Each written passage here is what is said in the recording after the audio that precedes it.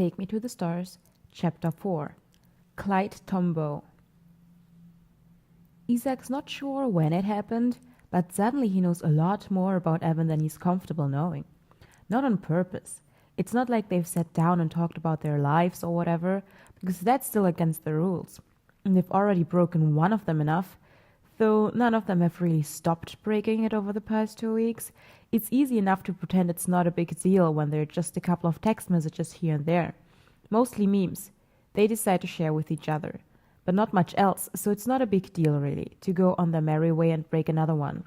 It's just that maybe these text messages reveal a little more than they should. Isak's been very careful not to let that happen on his end. But it seems like Evan is far too open, or maybe just not as paranoid as Isak for the same thing to be said about him. So Isak starts making a mental list of what he's deduced about Evan through their, very short, all right, text conversations, just to have leverage on him the next time he brings up them breaking the rules or something. Isak has noticed Evan is loyal.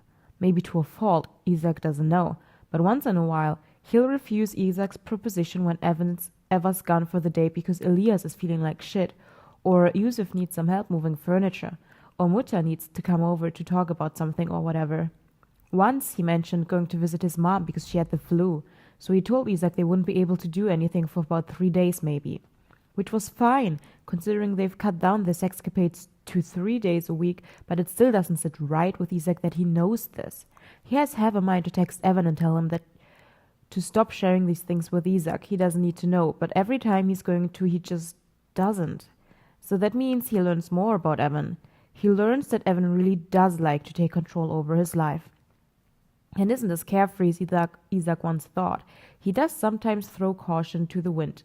Don't get Isak wrong, but sometimes he'll make a comment that reminds Isak of the conversation they had 2 weeks ago about his art, and Isak will file it away for later, try to make sense out of it, and he thinks that's normal, considering he's always been a man that likes to study.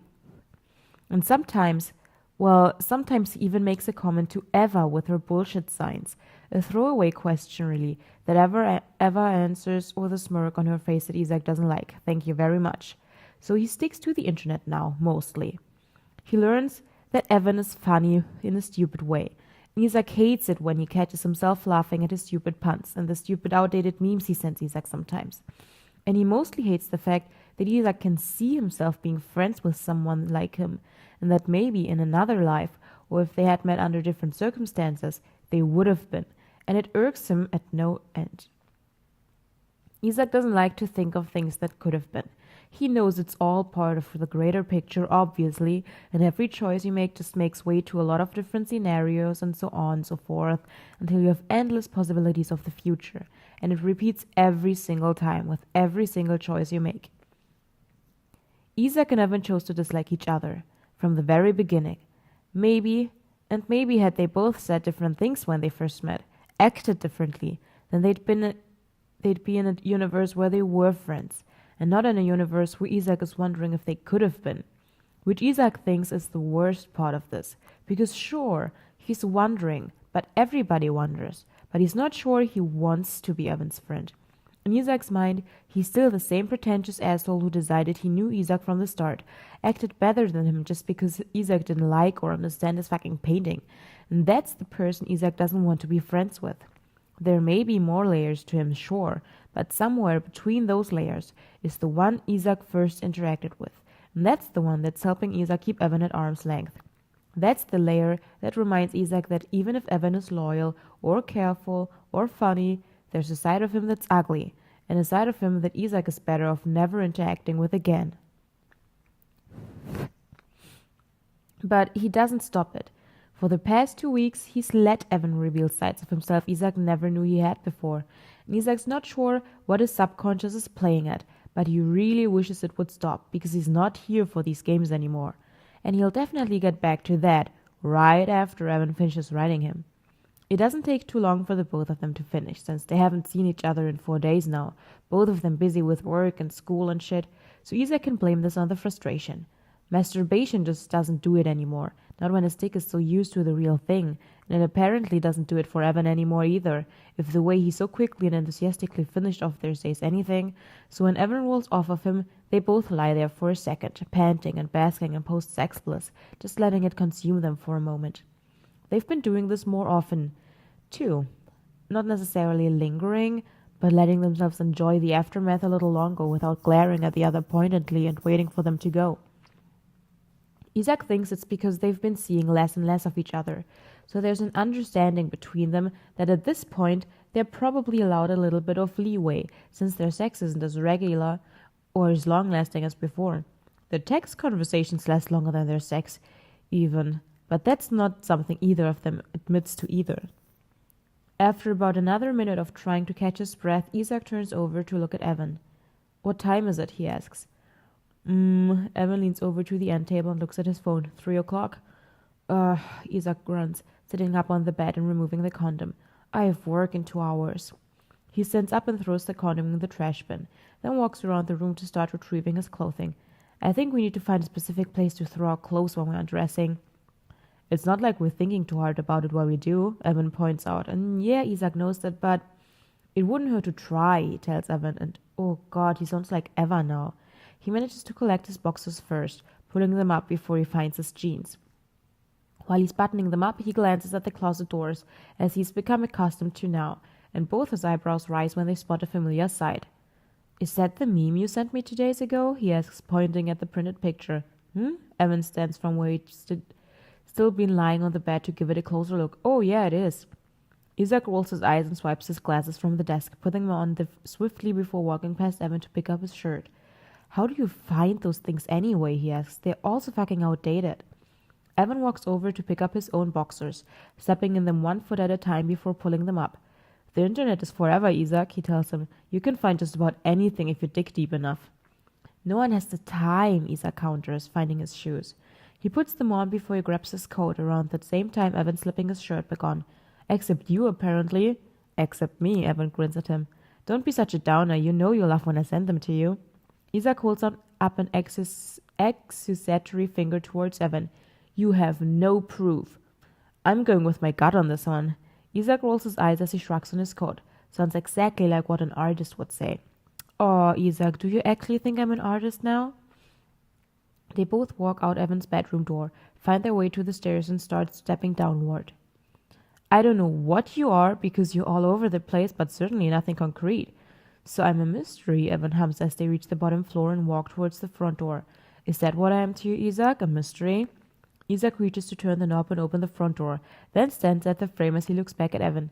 "No, you're a nuisance," he tells him. "A mystery would actually be interesting." "Ouch," Evan grins, holding up a hand to dramatically clutch at his chest. "I'll be carrying that one with me for the next minute and a half." "I'm sure you'll live," he rolls his eyes and steps on the porch, offering Evan a half-hearted wave over his shoulder. "See ya, Becknersheim. Hasta luego, Baltischen." Isak hears the door click shut behind him as he walks off the porch and onto the lawn, watching his breaths turn into clouds in front of him. He wonders why Norway tends to skip the fall and go straight to winter sometimes. It'd be so much easier to get through this whole back and forth thing he and Evan are doing if they didn't freeze every time they were on the way to each other's houses. Then again, it's not it takes them long to warm up, but it'd still be really nice to have his lips unfreeze before he kisses Evan. He doesn't realize someone's calling his name until he trips over a stray pebble on the front lawn, and then he's blushing in embarrassment and looking up. Isak blinks and panics for a second when he sees Yusuf walking up to him, having no idea what excuse to come up with this time, though technically Yusuf has no proof he'd just been in the house, so... Okay, no, that's ridiculous. It's so obvious, and it's much better to let him know than to let him think he was just lurking outside his home like a fucking stalker or something. "Hey, Yusuf," he greets, and he's very proud that his voice sounds as steady as it does. Nerves? Anxiety? Those words aren't in Isak's vocabulary anymore. "Were you with Evan?" Yusuf asks curiously. Suddenly the words are back in his vocabulary. He shifts his weight, almost guiltily, and stutters for a second before he takes the easy way out. Evan's excuse the last time Elias almost caught them was good enough for him, and he thinks that it might be their only chance at getting their story straight. So Isak runs a hand through his hair, aiming for casual, But Yusuf just looks even more confused. Yeah, Isak clears his throat. Yeah, I was. Oh, Yusuf blinks at him almost like he wasn't expecting that to be the answer. I didn't know you two were hanging out now. Oh, we're not, Isak is quick to amend. I just came over for some J. No big deal, he just has the better stuff, you know? Better than what Jonas gets. And, Isak clears his throat again. He's just. I still don't like him, but I have to make some sacrifices, for the wheat. Yusuf stares at him for a moment, completely perplexed. Isak squirms under his gaze uncomfortably, wondering when, if ever, he's going to reply to him. It doesn't seem very likely at this point, so Isak gestures a little lamely over Yusuf's shoulder, raising an eyebrow. He licks his lips. Hey, I don't mean to cut this short or be rude or anything, but I've work soon and I gotta get home to shower and whatnot. Yusuf shakes himself out of his stupor. No, yeah, that makes sense, he nods quickly. Sorry, I'm just a little out of it, too much going on in my head, you know? Oh, he knows. He just hopes none of what's going on in his head involves him or Evan or the combination thereof. Yeah, I get it, Isak tries for an amused smile. But he's pretty sure he looks like the Joker trying to make someone believe he's innocent of all the murders in Gotham. Have a good day, yeah? Yeah, Isak, you too, he smiles at him, far nicer than Isak could ever hope to muster. And then he walks past Isak and towards the front door.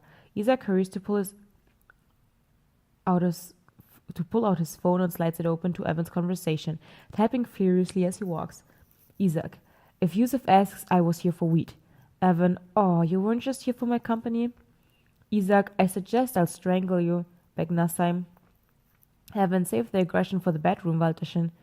And while Isak can hardly argue with that, still he rolls his eyes and locks his phone, pocketing it in his coat once again. He takes one last glance towards the house, which hasn't looked as uninviting as it used to for about 2 weeks now. That's probably something Isak should dig deeper into, but at the moment, he's mostly worried about having enough time to get home and shower, wash the stench of sweat and sex off him, and go to work without Eskil asking unnecessary questions. Because he would, Isak thinks. Eskil has no boundaries, and even though sometimes Isak appreciates the trait, other times it does him no favors. And yes, once again, he realizes that an employee and a manager should probably not have as close of a relationship as they do. It's not like Isak's the only one who has a certain rapport with Eskil. He's a happy guy, and a sweet guy, and everyone's attracted to him. He doesn't sugarcoat things for you unless you need him to. And that's why Isak thinks he'd be better off as a therapist than, the manager at the Science Museum, a subject Eskil has proclaimed time and time again he has no interest in. When Isak asked him once why he even bothered to accept the managing position there, Eskil had looked at him like Isak was absolutely the most ignorant person he'd ever come across. Then he told Isak it was obviously for the benefits and the pay, which Isak should know. He gets paid a pretty penny as an employee too. Isak had conceded mostly because it looked like Eskil was going to go off on a tangent, and it's better to escape those as soon as possible. When he reaches the tram stop, it's surprisingly full. Isak furrows his brows and looks at the time on his phone again. It's still 3 o'clock, which usually doesn't bring too many people to the tram, and Isak's not really curious to find out why. He's mostly bothered because he has to stand, and knowing what he looks like and probably smells like, he was really looking forward to sitting in the far back of the tram and pretending he didn't exist for the sake of everyone else in here.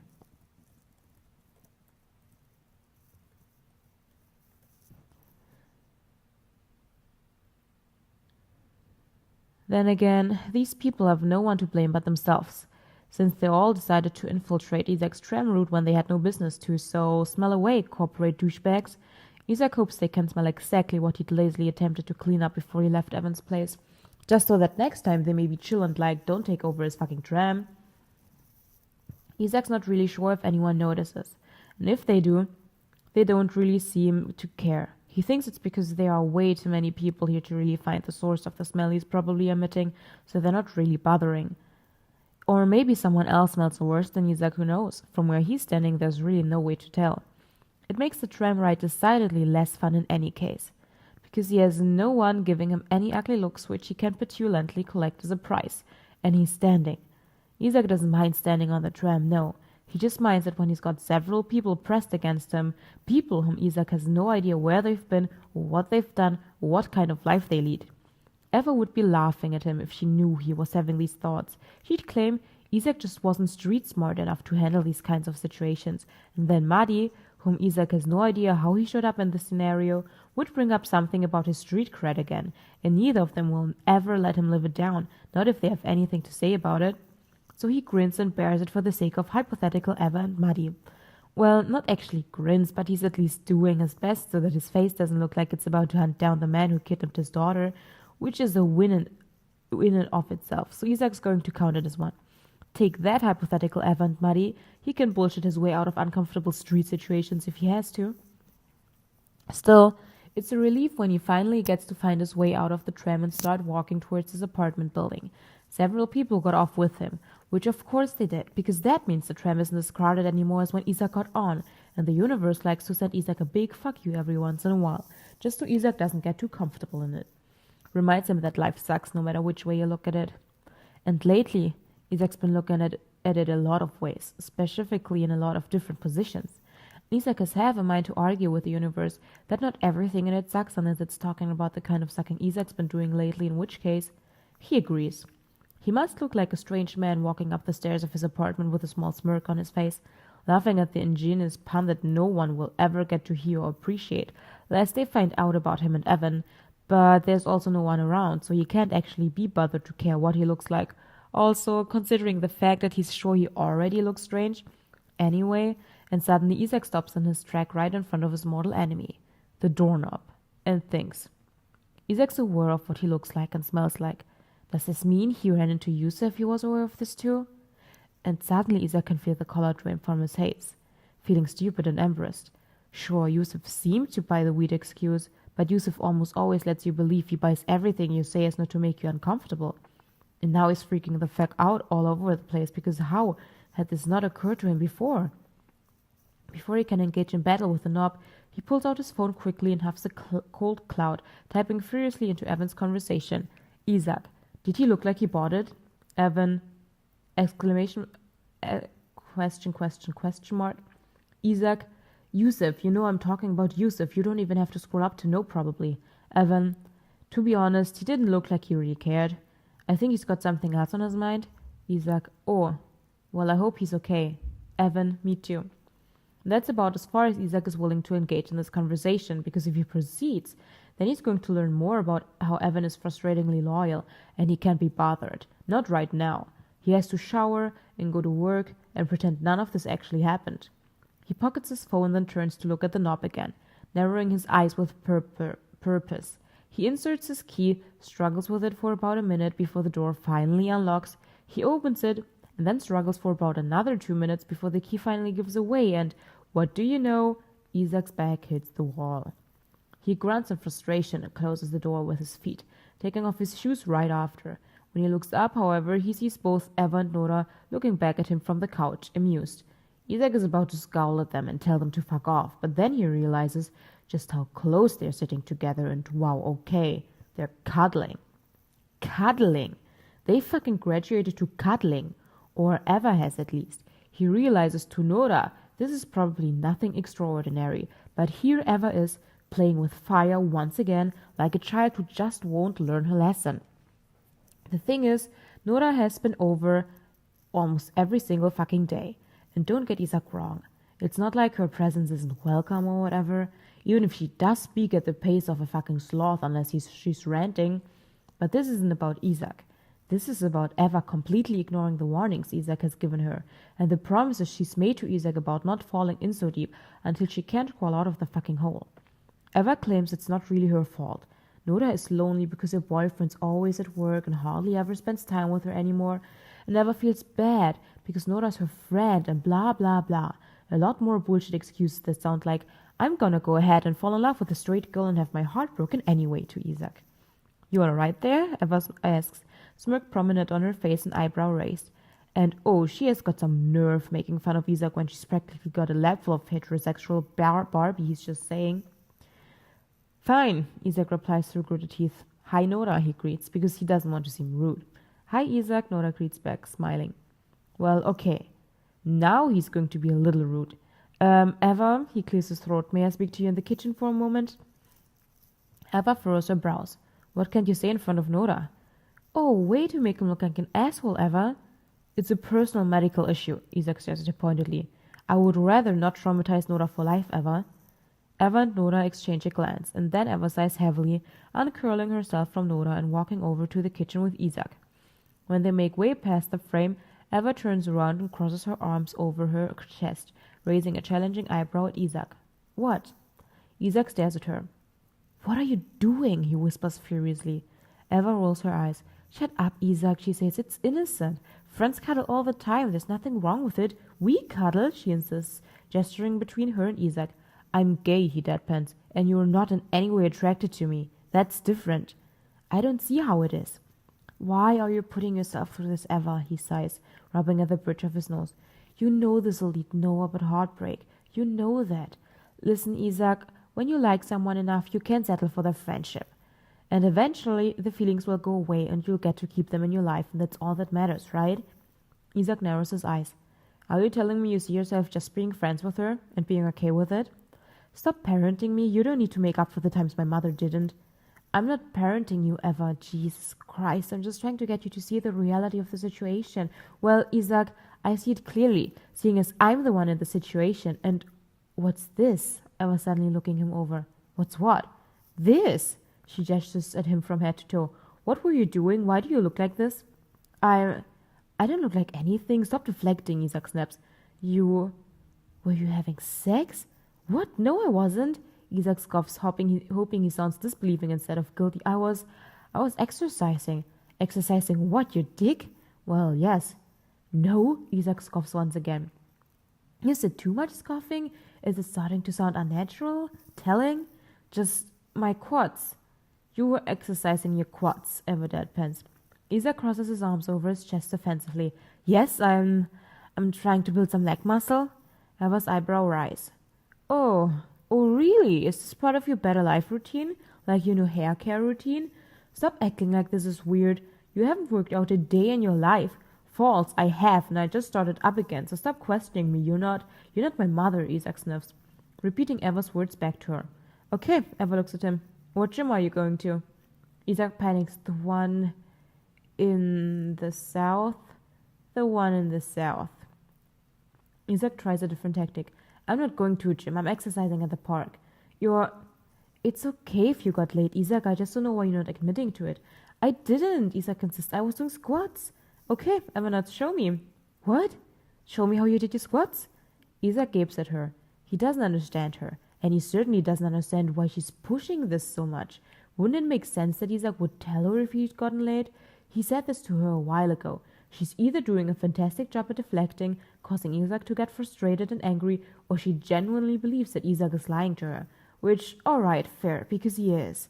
But not for the reasons she probably thinks he is. Eva, what the fuck? I'm not showing you how I do my squats in the kitchen. That's fucking weird. It shouldn't be, Eva raises an eyebrow. If you know how to do them. Isak blinks at her, completely perplexed. I'm gonna go take a shower now, he says slowly, backing away and towards the doorframe. Because you are being ridiculous and strange, and I hate you. I hate you right back, Eva sniffs, and Isak offers her one more roll of his eyes before exiting the kitchen. He tries to quickly walk past the living room and into the bathroom, but he feels Nora's gaze on him, so he glances over at her and clears his throat. He offers her an awkward wave. I'm gonna go shower, he tells her, which is probably unnecessary information. Isak is sure of this when Nora purses her lips, probably in an attempt to not laugh. Okay, Isak, she nods. Have a good shower. He blinks at her uselessly, then nods a little stiffly before walking the rest of the way to the bathroom. Once inside, he closes the door and exhales shakily. Isak's almost 80% sure that Eva's suspicion was more of a distracting tactic than it was genuine curiosity. But then there's the other 20% that's sure Eva's onto him. Maybe not about who he's sleeping with, mind you, but definitely that he's sleeping with someone, and the who doesn't trail that far behind.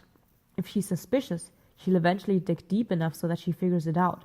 And then there'll be the whole explaining situation, and she'll throw it back in his face, and she'll bring up that he's a hypocrite for telling her she's playing with fire, even though they're entirely different situations, alright? Doesn't matter. Isak has to convince himself it doesn't matter. He needs to calm down, get in the shower, and get to work.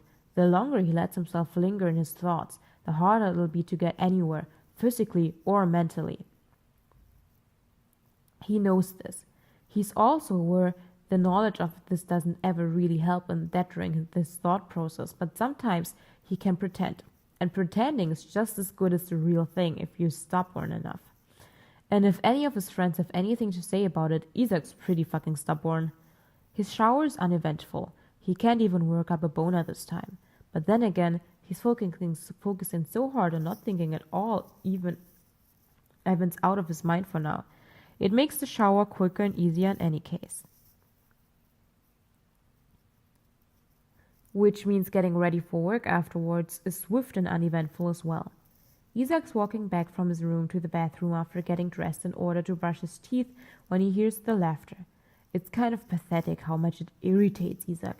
He wonders briefly if Nora knows exactly what she's doing. Isak wonders if she's so starved for the attention of her boyfriend hasn't been giving her that she tries to find it in Eva, a girl so obviously enamored with her she'd be willing to take that over nothing at all.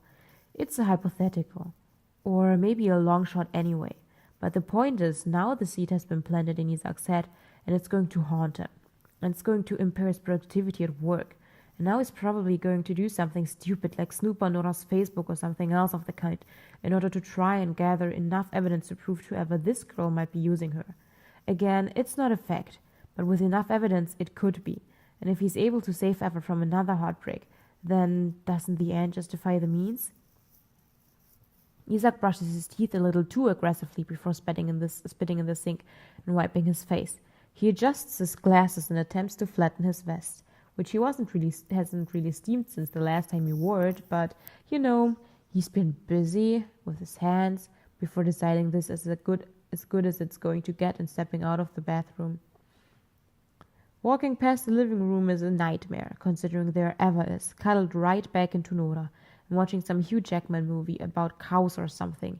Isak doesn't know. There's too many jump cuts and he's not really interested. They seem to be making fun of the movie more than actually watching it. And Isak wonders if he should interrupt them just to be a dick or move on to get back to this later.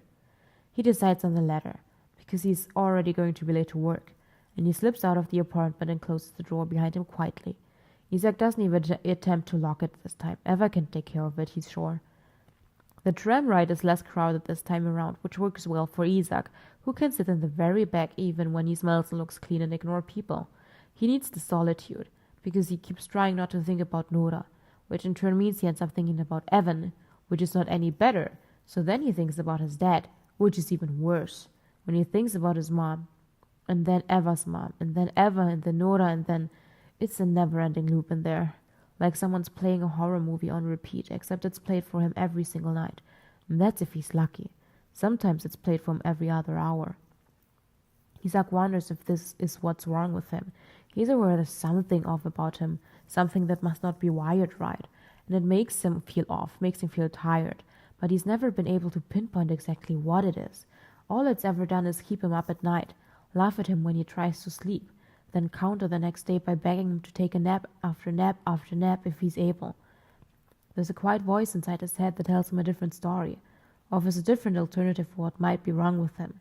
But Isak has spent his entire life suppressing that thought, that entire part of him, and he's not going to let it come to light now.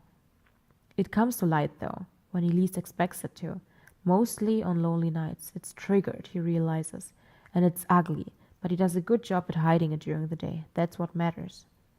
He's probably better off thinking about Evan, considering that's the lesser of all evils. And then there's something funny that moves in his stomach. Like there's something inside that's shifting without consent. Isak looks down and frowns at it. He might be getting sick. And it's not a very good time to get sick. He's got his homework and his paper and class and work. And he's trying to make more time for Evan too, but that's only because he needs that. It's maybe the only fuel Isak can help himself to that isn't pills or any other unhealthy addictive option. Not for any other reason. It's simply logic. But then his stomach stops whirling inside of him, and Isak exhales a sigh of relief. It must have been a temporary wave of nausea, maybe from the long tram ride, nothing too serious, which makes a lot more sense because Isak's immune system is impeccable. What with all the vitamins he obsessively takes and his eating habits aren't exactly the healthiest, but there are enough greens and proteins in there to hold him over, which is all it takes, really. Isak licks his lips and tries to get back to thought. thoughts about, right, Evan, him and their sex life and what he's been learning about him so far and all that jazz. Listen, Isaac has no idea what to think about Evan anymore. All he knows is that there are several sides to Evan, none of which Isaac is comfortable knowing about, some of which deep down inside him, very, very deep down, he does. Isaac thinks it's the scientist inside him, genuine scientific curiosity. It's almost like an instinct. When there's a lead towards something indiscoverable, the scientists will almost always follow it and do their best to discover it in its entirety. Then they'd take all the credit and the fame for it, of course. But what would getting to know a sides of Evan really bring Isaac? Certainly not fame. And he doesn't want credit for it. In fact, he doesn't want anyone to know, ever, especially not Evan. Which brings him back to point one. He shouldn't be comfortable knowing so much about Evan now. Not if they've never brought up their argument from over a year ago, not in depth. They'll make a snip about it maybe once or twice, but the air gets far too tense when they do, and it doesn't even make for better sex. It just puts both of them in a bad mood. So they have to find a way to rectify it by making small talk or something. And that could be the problem. The texting, of course, but the small talk before intercourse. The more they avoid the issue, the more they get to know each other. Weirdly enough, that's a backwards way of working. It's curious, but it's true. And Isaac wonders if maybe they say their piece about that night.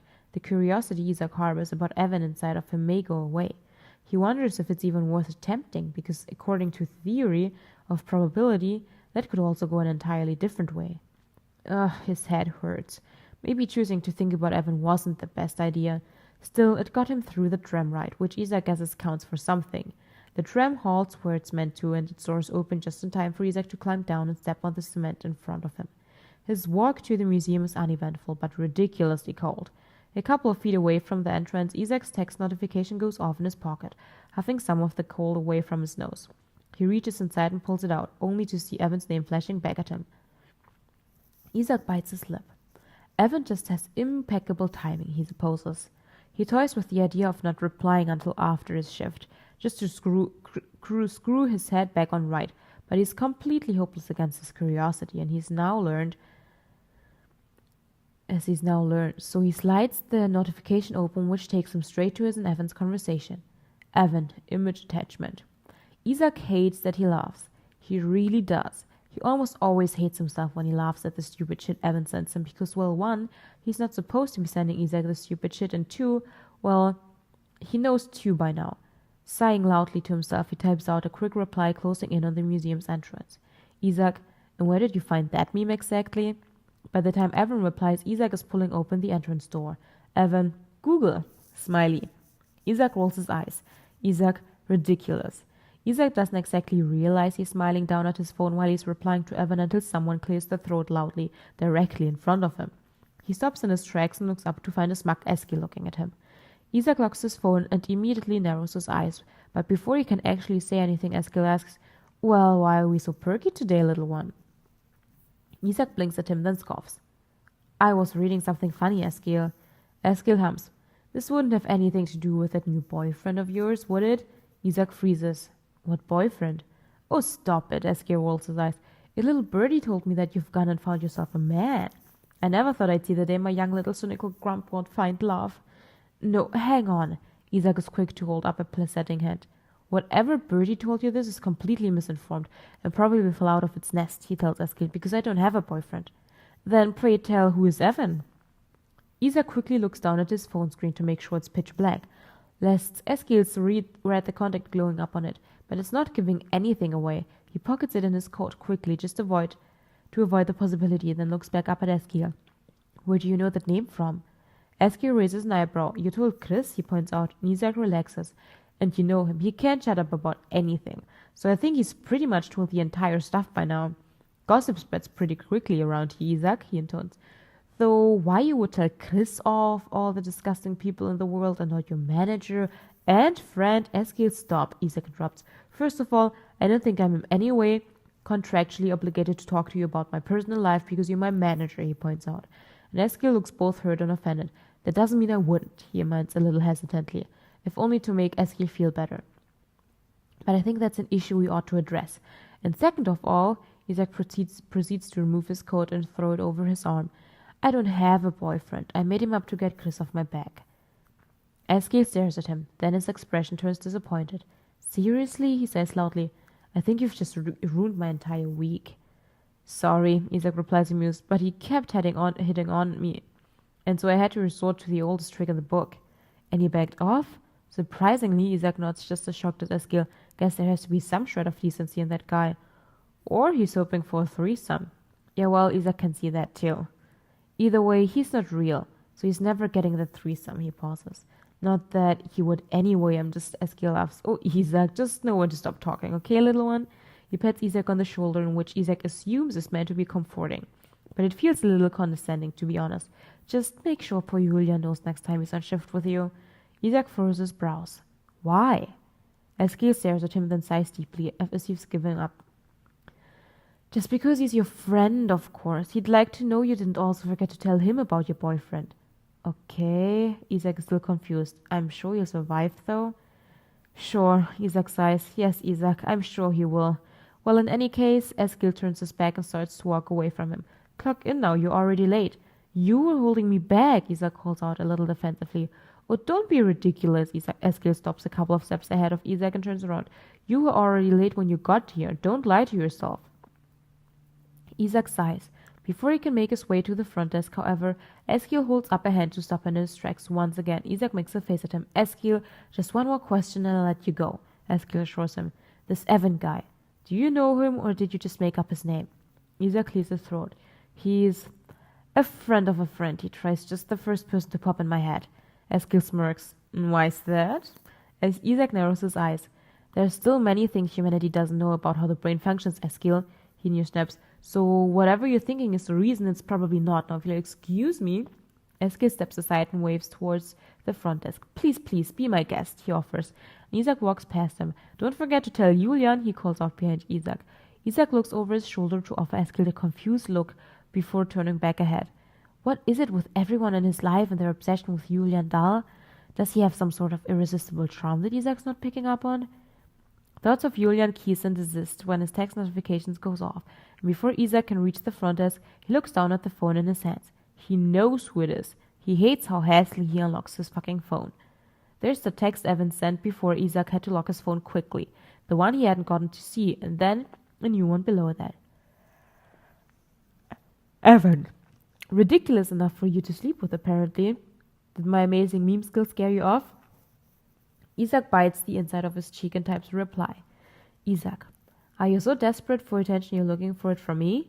Evan, I don't know why it's so surprising that I choose to look for attention from the guy who's showing my dick a good time. Which reminds me of that thing you did last week. Isak's face flashes hot at the memory. Isak, what about it? Evan, think you can do it again sometime this week? Isak bites his lip to keep himself from smirking. Isak, we'll see. Eskiel walks past him and sighs loudly, which causes Isak to almost drop his phone in surprise. If it's not a boyfriend, then it's certainly someone you like, Eskiel calls out as he walks towards the manager's office. He doesn't even have the courtesy to turn around when he says to Isak, Don't hurt your face by smiling too much, then proceeds to walk inside his office and shut the door behind him. Isak scowls. He doesn't like Evan Jesus. He likes the memories he's bringing up, sure, and he definitely likes the idea of doing him exactly what he'd done last week, but Evan? No. Isak thinks there's still too much pent-up resentment in him to actually like him. How many times has he said that to himself today exactly? He lost count.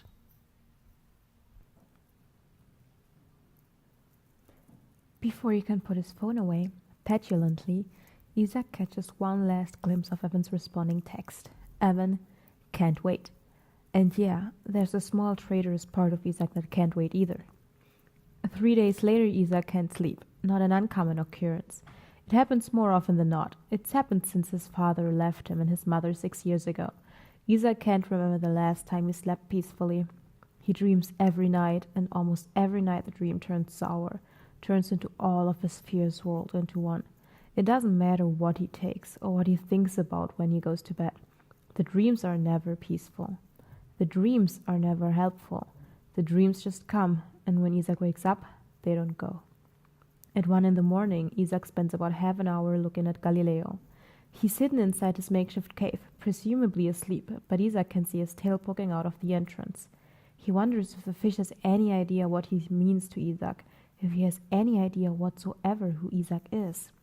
Logically, Isak knows that it's impossible, but he likes to think he does. When he first got him, Isak would talk to him much like he does now, but back then, Isak would talk to him about what he never dared utter to anyone else, his fears, his sadness, his anger. Galileo knows perhaps more about his going-ons than any person in his life, including Jonas. Jonas knows what happened to Isak. Maybe he even has an idea of how it's affected him, but he doesn't know what goes on inside Isak's head. He doesn't know his past as much as he likes to think, doesn't know the unimaginable pain and suffering and fear and anger that Isak went through when his father left. No, maybe even before that. Isak knows he was alone far before that. At 2 in the morning, Isak lies on the floor, stares at the ceiling. He's got a poster of Orion's belt stuck up there, just for the illusion. Stars make him feel less lonely. He tries to remember why again, but there's a part of Isak that refuses to remember. The more he forgets about his past, the easier it is to live his present.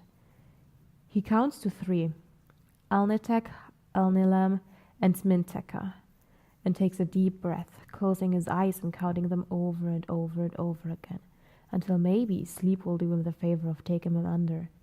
It doesn't. At 3 in the morning, Isak sits at his desk, stares at the Word document that's been taunting him for about a month and a half now.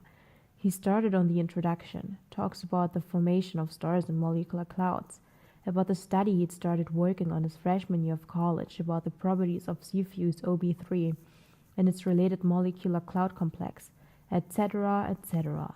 But it's only a paragraph, and sometimes Isak wonders if it'll ever be more than a paragraph. He's got all the facts. The information is all his. He's known this stuff since he started studying C-fuse years ago. And yet here he is, unable to put everything he knows down on paper, unable to muster up the passion to talk about it in length and in detail, the way he's always been able to when he talks about the different constellations at the Science Museum.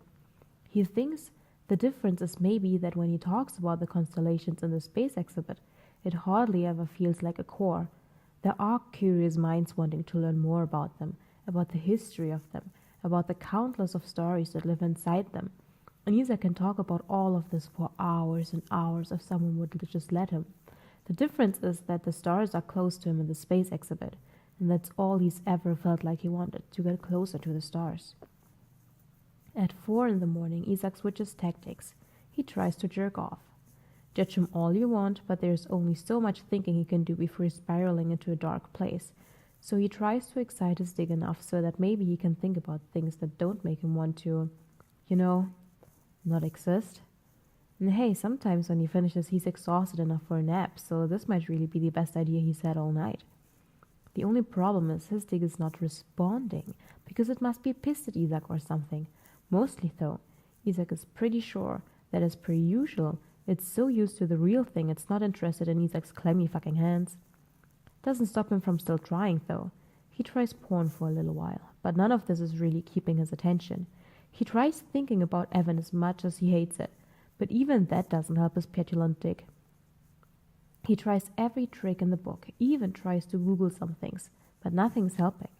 There is no way he's going to be able to do this by himself, which means he'll probably start thinking the way he was thinking before, and it'll end up with him curled up in his bed and thinking about maybe not going to work or do much else for the rest of the day. At 5 in the morning, Isak does something stupid. It's ridiculous, but you have to keep in mind he's gone nearly 12 hours without sleep now, and he's desperate to escape his own head, and there's really only one way he can think of doing that. He could get high, sure, but he's got no weed on him at the moment, and Jonas is probably not awake right now, and besides, weed is not as good as this. It hasn't been in a long time. His phone is way too bright for this time of night, but considering he hasn't really been sleeping, and he's been staring at his laptop for most of it, it doesn't hurt Isak's eyes. He bounces his leg nervously for a moment before unlocking it and finding the texting app. Opening, Evan's conversation is almost instinctual. Isak, are you up? Isak waits for about 10 minutes before he tries again. Isak, are you awake? 5 minutes and he's pretty sure this means Evan's not, so he thinks about giving up, except, does he really care about waking Evan up? He mulls this over for only a moment before he decides to press down on the call button, brings the phone up to his ears, and listens to the dial tone. On the fifth and most likely last ring, Isak hears Evan pick up the other line. Hello? Evan's voice sounds hoarse. Isak clears his throat. Hey, there's a pause. Isak? Do you not know how to read a contact? Isak grunts. There's a shuffling on the other end of the line. It's 5 in the morning, Evan points out slowly. I wasn't really looking. Isak pauses awkwardly. You still there? Evan asks quietly.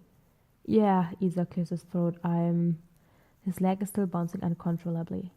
Listen, I need right now? Isak huffs. I'm frustrated. The boys are asleep, so we'll be quiet. There's silence. You're serious? Isak stands from the edge of his bed and runs a nervous hand through his hair. Yeah, Evan's right. This is ridiculous. Look, never mind. You're right. This was stupid. Wait, Evan interrupts. Isak hears him yawn. Just, okay, come over, but text me when you're outside so I can let you in and not wake the guys. Isak blinks. Seriously? I would hope if I called at 5 in the morning looking for a fuck, you'd extend me the same courtesy. He's joking. Isak can tell, and he doesn't know when he started to tell, but he can. And Evan is doing this because he's kind. There's no way around it, because Isak can hardly believe he actually wants this at 5 in the morning when he'd been sleeping, and that's so annoying. Part of Isak had actually expected Evan to turn him down, tell him to go back to sleep, and point out that this has never been a part of their deal. And it's stupid, it really is, and risky, because both Elias and Yusuf are home and sleeping. They would really have to be quiet, which Isak has proven many times before he has difficulty with. And now it's really starting to hit him just how bad this idea is. Hey, Evan's voice is quiet, and it interrupts Isak's train of thought. Stop thinking so loudly. Isak scowls. I wasn't. If you need this, then I'm willing to give it to you, Evan tells him, and something in Isak's stomach shuffles uncomfortably again. But if you don't, that's fine too. I'm happy to hang up right now and go back to bed, let you do the same, and forget any of this ever. I wasn't asleep, Isak blurts. Silence. Oh. Isak throws his head back dramatically. He's such a fucking idiot. Evan doesn't need to know that. His mouth tends to run off idiotically when he's lacking so much sleep. It's a wonder he hasn't scared anyone off in the museum when this happens. I couldn't. That's not important, you don't. Come over, Evan yawns. But remember to text me when you're outside. I'll let you in. Isak swallows. Okay. The line goes dead. Isak hangs up his own phone and locks it, stares straight into Galileo's tank as he tries to wrap his head around what he just asked of Evan. He hates this. He hates not having control over what he's doing. This is what lack of sleep does. It makes you irrational and impulsive, stupid at best, and this is what this is. Stupid, reckless, irrational, impulsive. If Isak has any right of mind left, he'd stay put where he is. Text Evan he's changed his mind and just ride out the entirety of the night without sleep. But right around the time he finishes the thought, he's already fighting with the doorknob on his way out. Right, so it's fucking freezing. And Isak should have really seen this coming. It's nearly 6 in the morning now, and there's still no sight of the sun, and the streets are empty save for what Isak assumes are a couple of night shifters or early birds. Oslo's pretty like this, he'll admit. But it's fucking freezing, and the fact that he's waiting outside of Evan's place for Evan to come downstairs and open the fucking door for him isn't helping. He keeps bouncing on his feet, trying to keep himself warm, glaring at the front door. It's been at least 5 minutes. Isak hopes Evan didn't fall asleep on him, because if he did, he's not getting any from Isak for at least a month, that motherfucker. Before he can finish the entirety of the thought, the front door quietly opens and Evan pokes his head out. His hair is tousled, not at all styled like it usually is, soft and falling over his forehead, and Isak tries not to find it attractive. He really, really does. In fact, he tries to convince himself he finds Evan a lot more attractive when he styles his hair and wears his stupid jean jackets and shit, but Evan looks so much more casual like this, a little more candid, Isak supposes, and it's really fucking with him. The fact that he has this insane urge to run his fingers through Evan's hair. He supposes that'll be first on his agenda tonight. Evan raises an eyebrow. Are you just going to stand there? He asks, voice barely above a whisper. Isak shakes himself out of his stupor, then quickly makes his way inside the house, when Evan pulls the door further open. Isak allows the warmth of the house to envelop him as Evan closes the door behind them with a quiet click, almost imperceptible. Isak is biting his lip nervously and still bouncing on his feet when he turns to meet Evan's gaze, which is calculating, pensive. Isak throws him a look. What? Evan shakes his head. Come on, he says quietly and then leads the way upstairs. Isak follows dutifully. Once Evan leads him to his room, he closes the door behind them just as quietly as he did the front door, just as Isak walks further inside the room and tries to warm the rest of his body. He's feeling a little out of place. They hardly ever see each other when it's dark, considering they're either both busy when the sun's gone down, or one of their roommates is always home, and technically, they shouldn't really be seeing each other this night either, but yet... Isak licks his lips nervously and turns back to see Evan looking at him a little contemplatively again. Isak scowls at him, holds his arms out in question. What? He snaps again. What are you looking at? You look like a mess, Evan points out without missing a beat, small smirk tinting his lips. Isak narrows his eyes. Good to know you're an asshole even when you're just still woken up. Evan shrugs. I guess that's not a trait you can get rid of. His smirk turns into a teasing smile, and Isak can't bear to look at it. So he turns to look at the bed instead, taking in the slept-on pillow and messy duvet. He clears his throat stupidly, glances at Evan for a second. So, if you want to do this, it's probably going to have to be quick, Evan tells him, walking towards the bed.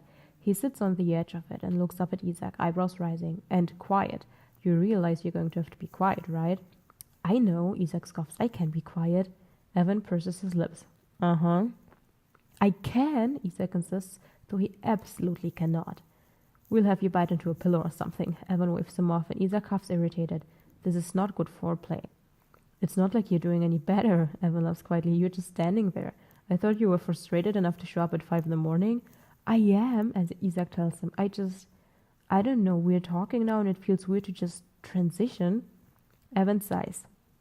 He pulls his shirt off, which easily leaves him in only his boxers, and raises an eyebrow at Isak. Easy, just undress. Isak thinks this is totally unfair, because he's got a coat and a hoodie and a shirt and sweatpants on, and it was really easy for Evan to undress because all he had on was his shirt and his boxers.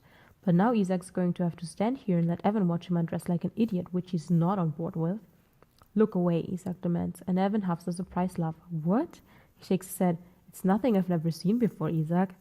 Yeah, but we're usually doing it together, and while we're, just as lamely. And now you're just going to sit there and watch me take off my clothes, and that's weird. Like, it's not, it's not attractive to just watch someone undress. I disagree. Oh my God, Isak rolls his eyes. Can you just look away, please? Evan smiles, clearly amused, but holds up two conceding hands. All right, he says, turning to his right to give Isak some space. Isak starts by taking off his shoes, then his socks, while Evan talks to him some more. For the record, I would have been more than happy to help you. Isak swallows. Yeah, well, that didn't really occur to him. Still, he's not going to tell Evan that, so instead he replies, You look like you're about to fall over from tiredness. Yet you're still willing to have sex with me. I'm letting you wake up, Isak snaps quietly, working on his hoodie now. He's kind of throwing all of his stuff in a pile, which he thinks will be very helpful for when he makes his exit, which is what he'd said to Evan a couple of days ago. And he kind of wants to bring it up again by pointing out just how good of an idea it actually is. Then say I told you so, but then again, he thinks about the point Evan brought up before. When they're in the heat of the moment, they're not really thinking about where their clothes fall.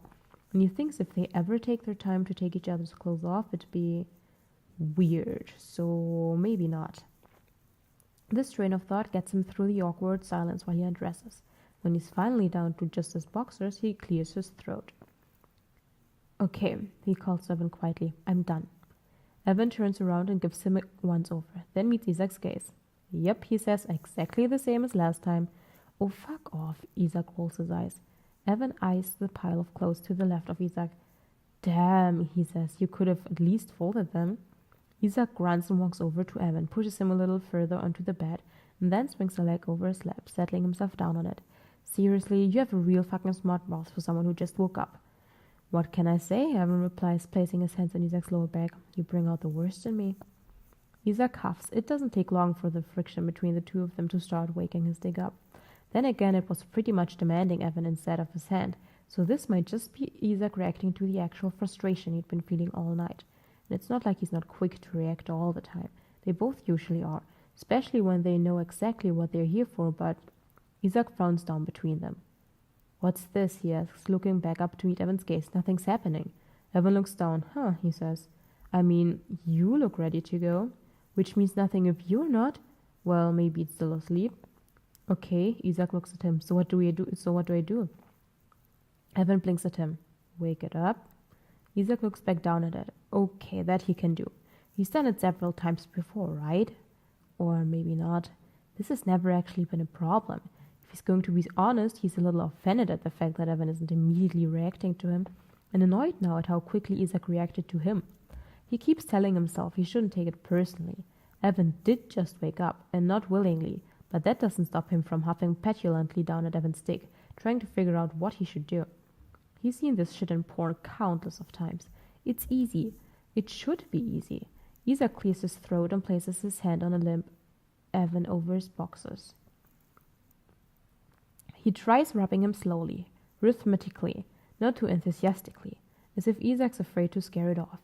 Isak's not looking at Evan, but rather at what he's doing, and then he tries a stupid thing he's probably going to regret as soon as he tries it. He says, "Alright, so it's time to wake up."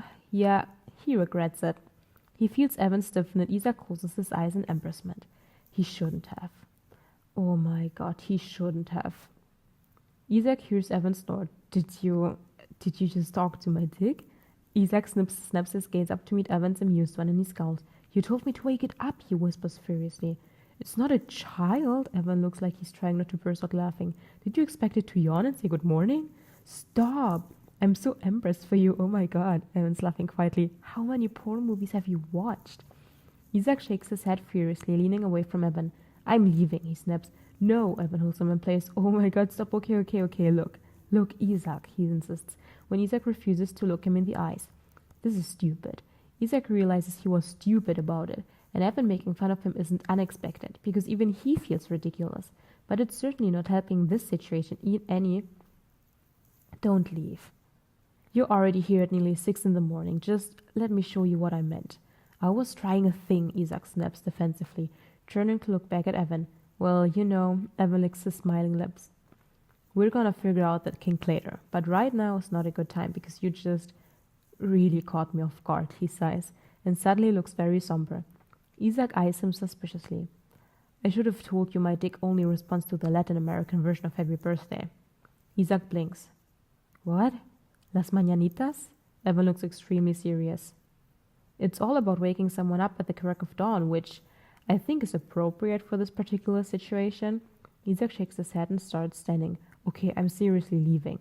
Isak, Evan laughs, takes Isak by the hands and pulls him back down gently. Isak doesn't really fight him, and that's probably because he really should take off the pressing matter between his legs, not because of anything else. Stop, okay, just here. He takes Isak's hand and places it over his boxers again. You've done this 100 times before, he reminds Isak, starting to guide Isak's hand into a soft stroke. There's no need to talk to it. Isak narrows his eyes but doesn't stop stroking. It's never taken you this long to get hard. Well, that's why we're waking it up, Evan points out. Isak huffs. How long am I supposed to keep stroking it like this? You're saying it like you're not enjoying it. That's definitely not the case. I'm seriously about to burst with how frustrated I am, Evan. Evan huffs a quiet laugh, then pulls Isak closer to him and presses his lips against Isak's. This might help speed up the process, he mutters against Isak's lips, and well, Isak can hardly argue with that. It still takes Evan a while. The kiss is heavy. Isak biting down on Evan's lip every once in a while, and Evan doing the same. It's all tongue and teeth, mostly, and Isak keeps stroking him while they do this. But after a while, it starts to get tiring. So when Evan starts trailing kisses down Isak's jaw, Isak removes his hand from between the two of them and instead runs it through Evan's hair. And yeah, that feels as soft as it looks, before he starts slowly rolling his hips against him. Evan hums pleasantly at what Isak presumes is the sensation. That's working better, he mutters, lips now attached to Isak's neck. He scrapes his teeth there softly, and Isak huffs in pleasure, hands fisting in Evan's hair as he keeps moving. Keep doing that. If I keep doing this for much longer, I'm gonna finish before you even get hard, Isak breathes, and Evan huffs out a laugh before biting down on Isak's shoulder. You can take breaks, he offers, and Isak starts kissing at Evan's temple. Fucking hurry up instead, he grunts annoyed. I'm starting to take it personally. Evan pulls back and finds Isak's lips again. hips arcing upwards. You feel that? He smiles against Isak's lips. I think it might actually be responding to your words. Maybe you should have kept talking to it. Isak bites down a little too harshly on Evan's bottom lip this time, and he feels victorious when he feels Evan flinch slightly. He smirks. Sorry, he says. You little shit, you know that? Evan mutters, but it's not malicious or offended. It sounds amused, and it does stupid things to Isak's stomach. I'm aware, Isak breathes into Evan's mouth. In a particular roll of the hips, Isak finally feels just how much this has worked, and he groans stiltedly. Oh God, Evan shushes him. You're supposed to be quiet. I don't know what you want me to do about it, Isak snaps back. Evan attaches his lips to Isak's jaw again. You want me to take care of you tonight? He asks quietly, trailing his hand down Isak's back. Isak shivers and nods dumbly. Evan smiles against the skin of Isak's neck. I can do that, he tells Isak. And then he's grabbing Isak's legs and turning him over on the bed, letting Isak fall on his back. Isak is quick to pull Evan back towards him, but Evan refuses, instead turns Isak over on his chest, cheek pressed against the mattress. You'll make glass noise this way, Evan points out, starting to trail kisses down Isak's spine, and all right, that's a fair point. Isak arcs his back towards Evan, which he responds eagerly to, fingernails trailing down either of Isak's sides. Into the mattress, all right? Isak nods uselessly. He feels Evan's smirk against his back. All right. By the time Isak is lying with his back on Evan's bed, breathing deeply beside him, the sun is filtering in through the window curtains, heating up the room a little more. He's still sweating, a little bit, and Evan's staring up at the ceiling beside him too, attempting to catch his breath. Isak closes his eyes. Yeah, he thinks he can probably fall asleep now. Not here, obviously, but he's pretty sure no lingering also translates into no spending the night. But he's so comfortable his body's seriously considering a nap. It was good. Even with all that ridiculous build-up, it was good. He can still feel Evan's lips hot on his back. His teeth bite down his shoulder, the quick and aggressive rhythm he adopted behind Isak. He can still feel the sting of the mattress on his forehead as he moaned uselessly into it, fisting his hands around the sheets and shivering every time Evan gasps his name quietly into his ears. And it's incredible, Isak thinks, how sex with Evan helps him forget about literally everything. The only thing that matters in the moment is the two of them, moving in sync.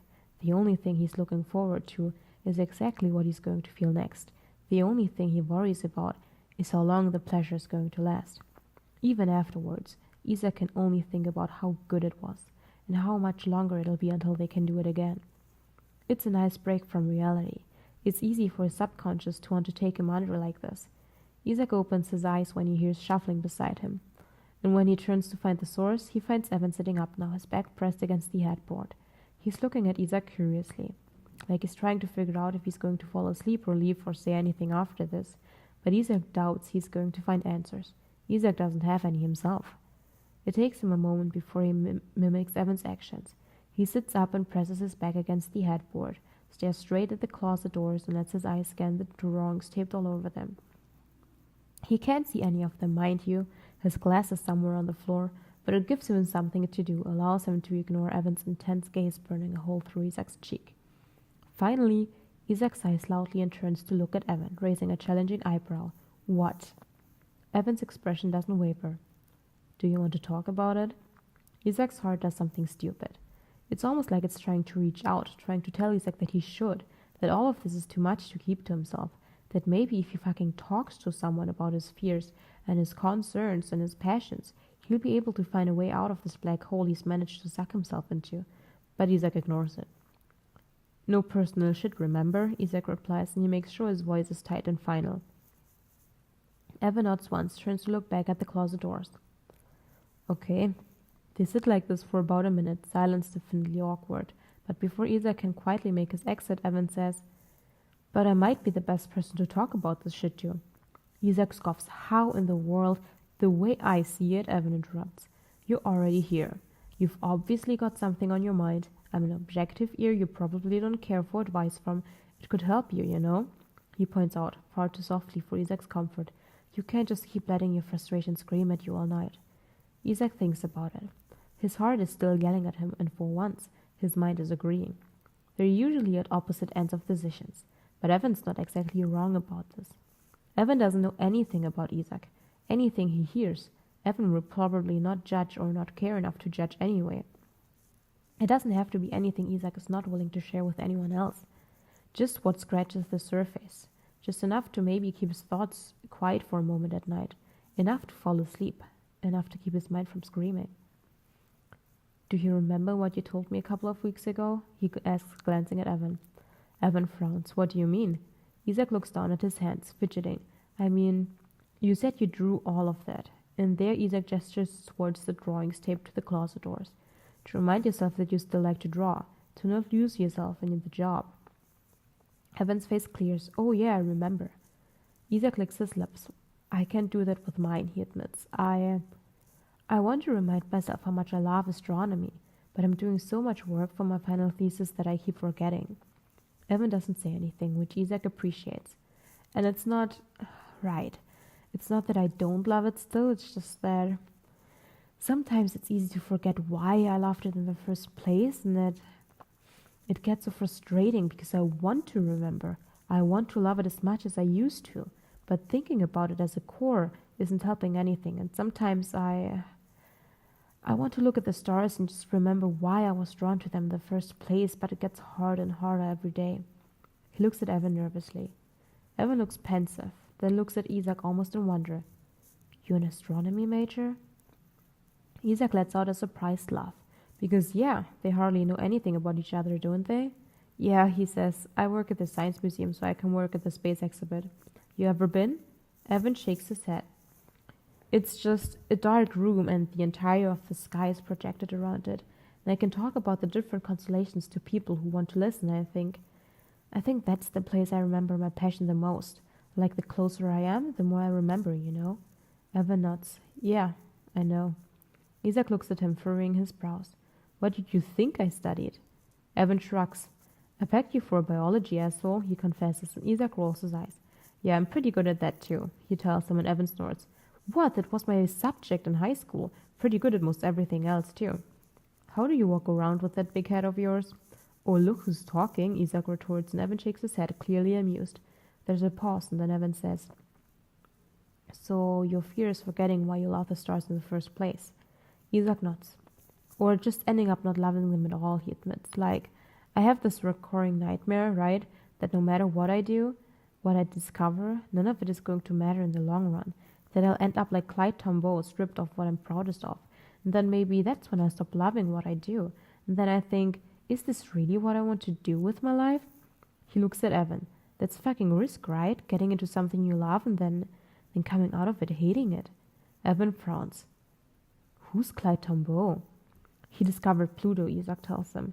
And then, just like that, they decided to take it away. Can you imagine that? Isak looks at him. Someone taking away the biggest discovery you've ever made, stripping it off a label you helped to put on it, have someone write it off as unimportant? Isak shakes his head. Someone looking at what you're proudest of and saying, well, you really shouldn't be. There's a moment of silence between them. Then Evan smiles softly at Isak. That's a risk I take every day in film school. Isak sighs. I know, but do you know if the Pluto thing affected this Clyde guy? He asks Isak. Like, is he still alive? Well, no, he's pretty fucking dead, but then what does it matter, Evan asks, if he'll never know? That's not the point. Do you think he'd care? Evan sounds genuinely curious. I know that was pretty important for him, but really, is it all he ever did throughout his career? Isak shakes his head. No, he says, but that was maybe the most notable. Had to be what he was proudest of. And you know this for a fact? Evan asks. You don't think that maybe he'd be happy science has advanced enough throughout the years since he's been gone to discover that Pluto wasn't a planet after all? It's a dwarf planet, he mutters. I don't think it would have been easy for him, Evan. I don't know if my love for the stars could ever survive that kind of blow. Evan shifts his weight on the bed. He looks like he wants to say something. Maybe a lot of things. But he seems to think better of it at the last minute, and instead offers Isak a kind look. I hope you remember why you love the stars, he tells Isak quietly, but I don't think a couple of setbacks are what'll make you stop loving them. Isak frowns. So you're saying you don't believe your love for something can fade? No. I'm saying that if you love something enough, you actually can take more than one blow. Isak looks at Evan for a moment longer. He sounds so sure about this. How he can live so naively in this world, Isak doesn't know.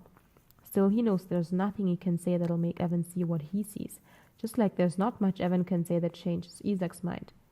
He appreciates, he supposes, that he's trying though. Isak really didn't think he would at all. He's thinking of something to say, if he should say anything at all, really, as he thinks. Evan turns over to the left of him and reaches to pull open his nightstand drawer. He reaches for something inside, and Isak can't help it. He peeks, trying to figure out what it is. It's a small prescription bottle, and Evan sets it on the nightstand, presumably to keep it out of Isak's sight. He's got half-empty water bottle sitting next to the pills, and he manages to drop a pill, or two, Isak can tell, onto his palm and surreptitiously down them with a water bottle. Isak licks his lips. Are those... He clears his throat. Are those for... Evan glances back at him. Snooping? No, it's not like you're being subtle about it. Chill, Evan rolls his eyes as he twists the cap back on the water bottle, then moves on to the pill bottle's cap. Yeah, they're for my bipolar. Weirded out? No, Isak scolds. It's just... I've never seen you take them before. Well, you've never exactly been over this early in the morning before, Evan points out, twisting the cap on the pill bottles this time. I just keep forgetting about it. Or he'd forgotten about it altogether, up until now, that is, almost like he'd been purposely blocking it from his memory. Evan snorts. Yeah, well, I make it a point not to bring it up to people anymore, lest they think I'm gunning for pity points. Isak frowns. Are you still angry at me for that? Evan glances back at him a little disbelievingly. I didn't know I wasn't allowed to be. Isak scoffs. I apologized for that, he snaps, crossing his arms over his bare chest. So sorry if I thought you wouldn't be angry about it anymore. Evan pauses in the middle of opening the drawer. He glances back at Isak before turning around, avoiding Isak's gaze. You didn't, he says quietly. Isak blinks at the back of Evan's head. Didn't what? Evan fidgets with his meds for a moment longer, then finally sets them gently down inside the drawer. When he closes it, he turns to face forward again, but he's still avoiding Isak's gaze. He looks down and plays with his hands, which makes Isak look down at them too. When Isak's gaze rises back to Evan's, he's still looking at his hands, expression closed off. Apologize, Evan replies, voice barely audible. Isak opens his mouth to immediately argue that fact, but then snaps it shut, racking his brain to find the moment in his memory when he did. When he realizes he didn't, in fact, ever apologize for his stupid, reckless comment, so preoccupied with driving Evan away as fast as he could, he feels his face flush hot and his stomach fall to his feet. Oh, Jesus. Oh, God. Fuck. He's such a fucking asshole. No wonder Evan couldn't stand the sight of him. In Evan's shoes, Isak would probably avoid him just the same. That was fucked up. That was so fucked up. And the fact that Isak hadn't apologized. I'm sorry, Isak tells him. Evan snaps his gaze up to meet Isak's. Isak tries to make his expression as sincere as possible, so Evan knows he truly means it. For not apologizing then and for even saying that shit. It's okay. It's not, Isak snaps, angry at himself. It's not okay. I was so angry I might have glossed over it, and that wasn't cool. I don't think your bipolar has any bearing on what you do, or no, that's not right. I don't think you use it to get ahead. I know people with mental illnesses have different outlets, and like it wasn't my place at all to say that shit or even doubt you, or I'm not. You walked up to me and you looked, in any way I panicked because I'm not always very good at social interaction with people like you, and I tend to run my mouth about things literally no one else cares about, so I just went on the defensive, I guess, and I took it out on you, and that's not an excuse, of course, because what I said was fucked up and shouldn't have been said in the first place, whether or not you were the artist, and yeah, I'm really sorry. Evan stares at him for a long moment, then breaks into a smile. Thank you, he tells Isak, and his eyes are shining far brighter than Isak's ever seen them shine before. It's blinding and obnoxious, but Isak wants to stare at them for a long time. Really, it's been just, thank you. Isak smiles back. Evan clears his throat. I guess I'm sorry for being so pretentious, Isak offers solemnly. Sure, pretentious, Evan laughs. Let's go with that. Isak huffs a laugh. No, I think it was just... I was also mostly angry with myself. Frustrated, embarrassed. I couldn't understand your painting, and I hated that fact. I hate subjectivity. It irritates me because it's not... I like fact, you know? I like things I can touch and see and understand and learn the same as everyone else. And art It's not like that. He looks over at Evan. But, maybe that's okay. If you need art, then who am I to take that from you, right? Evan smiles softly. Right. I mean, Isaac smirks. Doesn't mean I don't still think it's bullshit. Oh my god. I mean, I get that it's your feelings and all, but that one painting, shapes, you were doing so well. I mean, maybe if they looked like something like all your surrealist artists, then maybe I could have. Evan hits Isaac's face with a pillow. Shut up. Isaac laughs and takes the pillow from Evan, throws it on the floor. I'm just fucking with you. Evan looks at him for a moment, and Isaac looks back. And then Evan raises an eyebrow. Maybe one day I'll paint the stars for you. Oh, you will you? Yeah, but I'll paint the constellations all wrong. Isaac blinks. Stop it. It'll frustrate you so much, Evan grunts, because you'll be yelling at me about what goes where. This is cruel. Then it'll have a deeper meaning, but you won't know what it is. That's torture, Isaac agrees. You'd just be torturing me. What does it matter if you think it's bullshit? Evan challenges. If it's based on fact, then that it's just a massacre. I'll make sure that it goes down in history. Stop! As one of the greatest paintings known to man, and for years, scientists and artists alike will wonder, what the fuck does this mean? Isaac reaches back towards the floor to retrieve the pillow he just thrown down there, then turns around to hit Evan's face with it this time. Evan laughs gleefully and takes it from Isaac's hand, throws it over the bed again.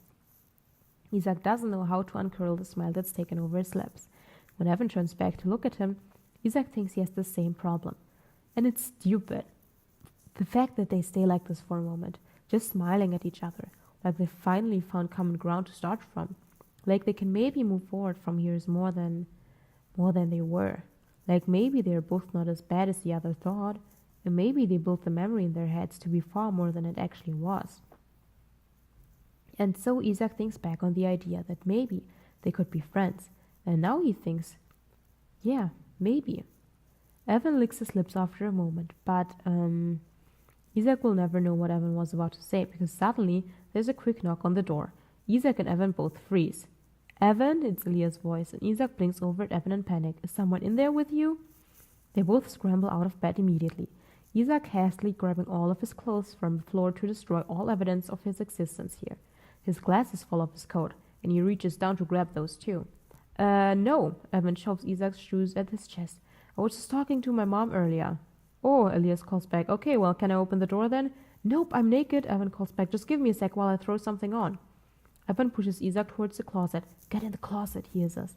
Isaac gapes. I'm not going back in there. You've never been in there, what? Evan pauses, then snorts. Oh, good one. Isaac freezes. Thanks. Now get in the closet. Right. Isaac runs into the closet when Evan opens the doors for him. Then he lets Evan close the doors. It's dark, but it smells surprisingly good, almost like Evan's using one of those air fresheners in here. He wonders if he can find the source of the smell. Before he can finish that idiotic train of thought, Isaac hears Evan's door creak open, and Isaac holds his breath. Hey, he hears Evan say. His voice is steady, not out of breath at all. And Isaac envies the way he can just do that, just turn this charm on that doesn't make anyone suspicious of him. It's ridiculous, and also, Isaac's probably fallen for it a million times too. Yo, Elias replies. What were you doing naked? I thought you couldn't sleep like that. Pff, I was jerking off, dude, Evan says. What else do you think I do naked? There's a pause. After you were on the phone with your mother. I don't question your life choices, do I? Isaac hears Elias grunt in assent. Well, yeah, I guess not. Anyway, we're gonna go meet Muta for breakfast at the usual place, if you're interested in coming along. Yeah, Evan replies. Let me just get dressed and I'll meet you guys there. You sure you don't want to leave together? Nah, I'm gonna shower and shit, so you guys go ahead, I'll catch up. Isaac holds his breath. Alright, man, Elias replies, and Isaac exhales in relief. See you there. See ya. Isaac hears the door click closed, but he stays put just in case. It's about half a minute when the closet door is finally open, and he sees Evan standing in his boxers, looking far too amused for his own good. Isaac's not really paying attention to that, though. He's looking at his hair again and just how good it looks like this. Did you feel like a teenager again? Evan smiles. Isaac meets Evan's gaze again. More like the other woman. He rolls his eyes and steps out of the closet. I'm glad I'm not in there anymore. It was weighing me down. Evan laughs and takes Isaac's shoes from him. Get dressed, he tells him. The guys are downstairs and about ready to go, so I'll walk you out as soon as the coast is clear. Isaac does as he's told and takes his time because he realizes that maybe there's no hurry anymore, and Evan doesn't seem to make it, so He walks inside his bathroom and Isak hears him turn on the sink, which Isak thinks might be to either wash his face or brush his teeth. But either way, Isak continues to dress himself. When he's finished, glasses resting on his nose, he closes the closet doors quietly. Evan walks out of the bathroom, clean shirt on. I have to clean my sheets, he sighs forlornly. That's the worst part. Isak scoffs. The worst? He asks, you mean there's more than one bad part? Evan grins. Sure, he says, like when you leave. Isak bites the inside of his cheek and refuses to let himself blush. Asshole. Evan laughs, then walks towards his bedroom door, pressing his ear against it. He hums for a second and then grins triumphantly. They're gone, he announces, turning back to look at Isak. I think you're safe to go. Isak sighs in relief. That was way too close. Yeah, well, Evan smirks. You're the one who wanted to come over so early. Isak narrows his eyes. Shut up. Evan walks over to Isak and starts messing with his hair. Isak huffs petulantly, but doesn't stop him. When Evan steps back, he appraises his work. There, he tells Isak. Now you look like a functioning human being. You don't want to scare the people on the tram. I'm always scaring the people on the tram, Isak rolls his eyes. It's nothing new. Well, then it's time to give them a break, Evan points out, then walks over to his nightstand to check his phone. It's 8, he announces. Isak blinks. Has he really been here for that long? You got anywhere you have to be? Isak sighs. Yeah, work in 2 hours, he rubs his temple. Shit. Evan walks over to him. You didn't sleep at all? I wasn't tired. And now? Isak shrugs. Doesn't matter. Evan slips thin. You don't, Evan. It's fine. Isak rolls his eyes. It's not the first night I've gone without sleep. I'll manage. Evan frowns. You mean this happens often? Isak squirms. He's already said too much and he's not willing to delve deeper into his issues. Evan's learned enough for one day. In fact, Isak thinks Evan's learned enough about him for a lifetime. Whatever breakthrough they've had today, it's not enough for Isak to let someone in. He can barely let himself in, let alone someone who may or may not be his friend now, or at least on the way to becoming his friend. Isak doesn't know. Isak doesn't want to know right now. Mostly he wants Evan to stop asking questions he'll never receive answers to. Let's go, Isak pushes. I have to go get ready. Evan sighs but steps aside to let Isak walk by him. He does, then pulls the door open himself and they both walk down the stairs in silence. Evan walks past him quickly, silently telling Isak to wait at the bottom of the stairs, then proceeds to search the house quietly. When he looks sure of himself, he looks over at Isak and grins lazily. All right, come on. Isak furrows his brows and walks towards him. What the fuck was that? Evan shrugs. Sometimes the guys like to stay behind and fuck with me, he admits. I forgot about it until just now, but I guess they hung one out this time. Isak's not surprised. Those boys eat anything in their path if they're able. Good, because I have no idea how we'd explain my presence this time. Evan nods. Agreed. They both walk towards the front door and Evan pulls it open for Isak. Go, he gestures, and make sure you get some sleep. Isak rolls his eyes. Yeah, all right. He steps out the door and onto the porch, momentarily blinded by the sun, before something occurs to him. It's stupid. He shouldn't ask. He shouldn't say a word. He really should just keep walking. Isak, Evan asks, you're kind of just frozen there. Isak spins around quickly. Do you think the sex won't be as good now? He blurts, then snaps his mouth shut in embarrassment. That was definitely stupid. He's being all kinds of stupid today, it seems. Evan furrows his brows. Now what? You know, Isak mutters, squirming, now that I apologized and shit. Evan snorts. Seriously? I mean, Isak crosses his arms defensively. The sex before it was good because there was so much pent-up anger and resentment that we can find out, Evan interrupts, smirking. Isak gives him a look. Shut up. We can, Evan insists. The guys just left and I can tell them I fell asleep again and couldn't meet them. I have work. Call in sick? I've never called in sick. Evan raised an eyebrow. More reason for them to believe you this time? Come on, Evan mutters, tugging on Isak's coat to pull him closer. He kisses at Isak's jaw and Isak's eyes flutter shut at the sensation. It's for science. Isak leans his head back a tiny bit, allowing for Evan to trickle the kisses down his neck. For science? Mm-hmm. Evan nips at his skin. For science. Isak licks his lips. Well, if it's for science...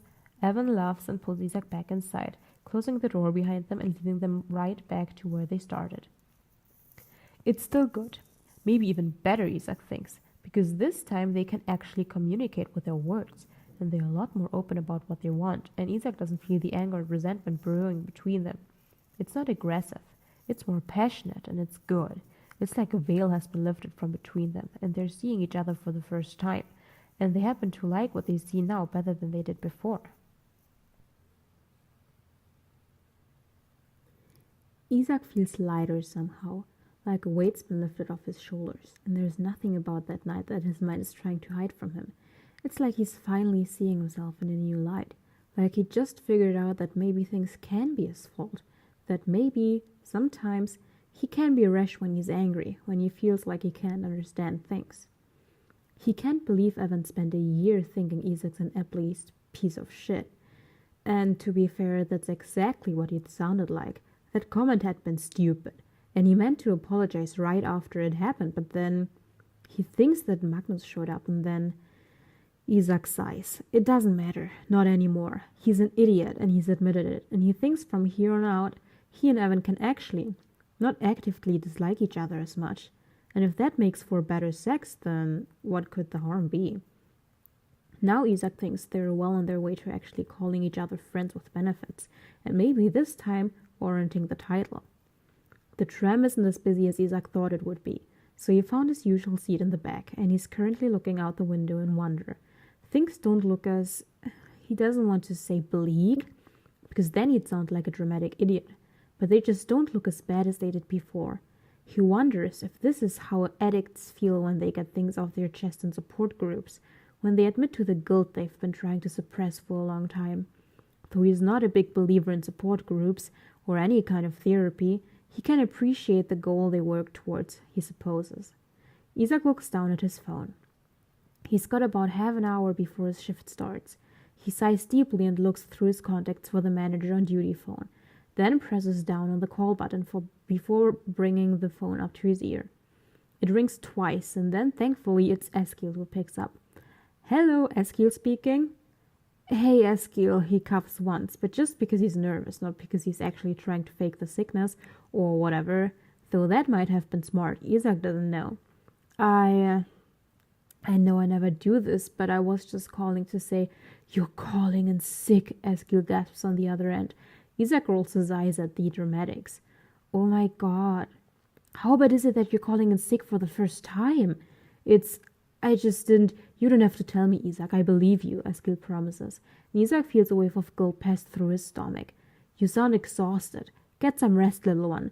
And don't think for a second I won't mark the special occasion in the calendar," he warns. "I'll make sure everyone knows about it." Isak sighs. "Eskil..." "Go to bed," Eskil demands. "I'll see you for your next shift, okay?" Isak smiles softly. "Okay. Bye, little one." "Bye, Eskil." The line goes dead. Before Isak can lock his phone again, he gets a text notification from Maddie in the boys' group chat, which he unlocks and reads curiously. Maddie: "Guys, Elias just texted me. They're pretty sure Evan had someone over last night." Isak freezes. Jesus Christ, they really are being reckless, aren't they? Magnus: "Woo! Do you think it's the same person from the party?" Maddie: "I don't know, but Elias and Yusuf seem to think so. Says he was acting shady, so they tried to wait him out at the end of the street to see if they caught a glimpse, but they got tired of waiting and left.